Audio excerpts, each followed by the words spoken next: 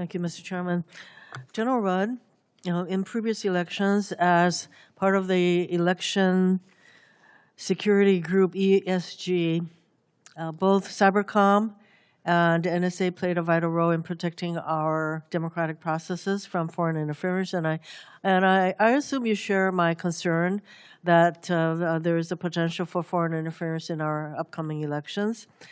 And so I'd like to ask if you have already set up, or you're planning to set up the ESG to ensure that there is no foreign interference in our upcoming elections.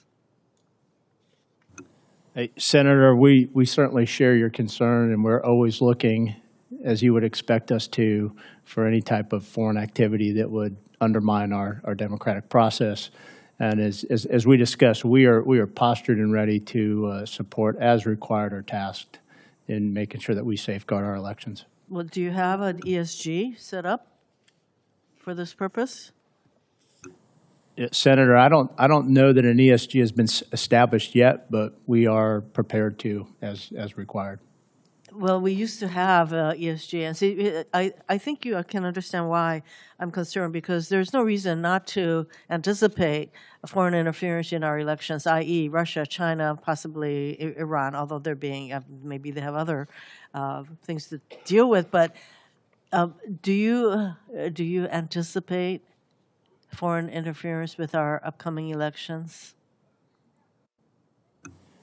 Senator, I think it's reasonable to expect, based on what we've seen in the past. And so I think it is really important to set up an ESG, and I will follow up with you on whether that is happening.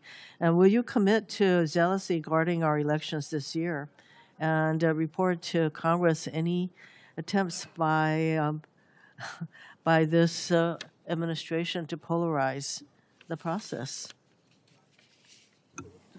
Senator, we will certainly execute what we're tasked to in regards to that.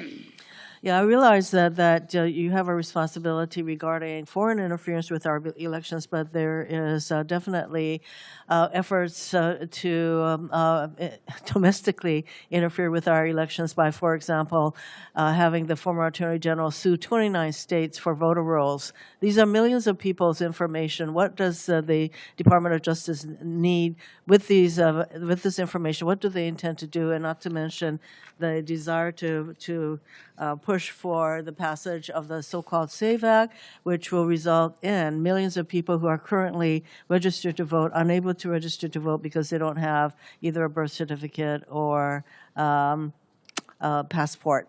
So there are things happening on the domestic front, and that's why I have some serious concerns. For Admiral Bradley, one of SOCOM's enduring competitive advantage, and you mentioned how important our allies are in great power competition, is its network of allies and partners in the Indo-Pacific built over decades through sustained engagement, training, and interoperability.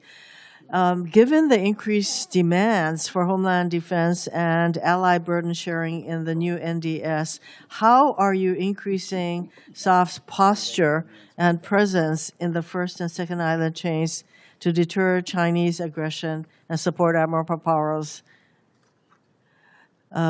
denial defense?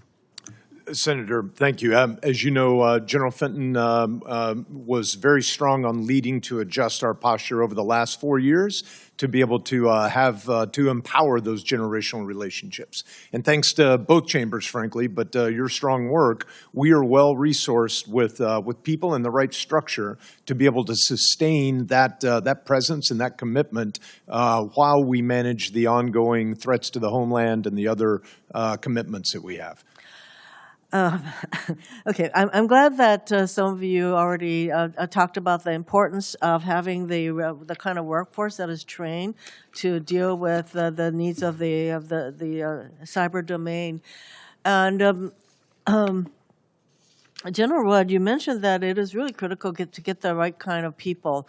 What are the right kind of people that you're hoping to recruit to be trained in the cyber domain? Yeah, thanks, Senator. As you would expect, someone who's highly technical minded, smart, innovative, motivated, and is committed to doing something extraordinary. Do you have a number goal? I mean, how many thousands of people are we going to need to have this kind of training to counter the malign activities of our near-peer competitors? Yeah, Senator, I think we have objectives that are outlined within Cybercom 2.0, but I think what I owe this committee and frankly the nation is a continuous assessment to make sure that we have the right numbers. And to your opening point, that they're the best, most highly qualified talent, and that we can make sure that we can upgame them through training and through the mechanisms that'll make this enduring. General, if you could quantify that on the record by supplementing your answer, we'd appreciate it. Chairman, I certainly will. Thank you. Thank you, Senator Hirono.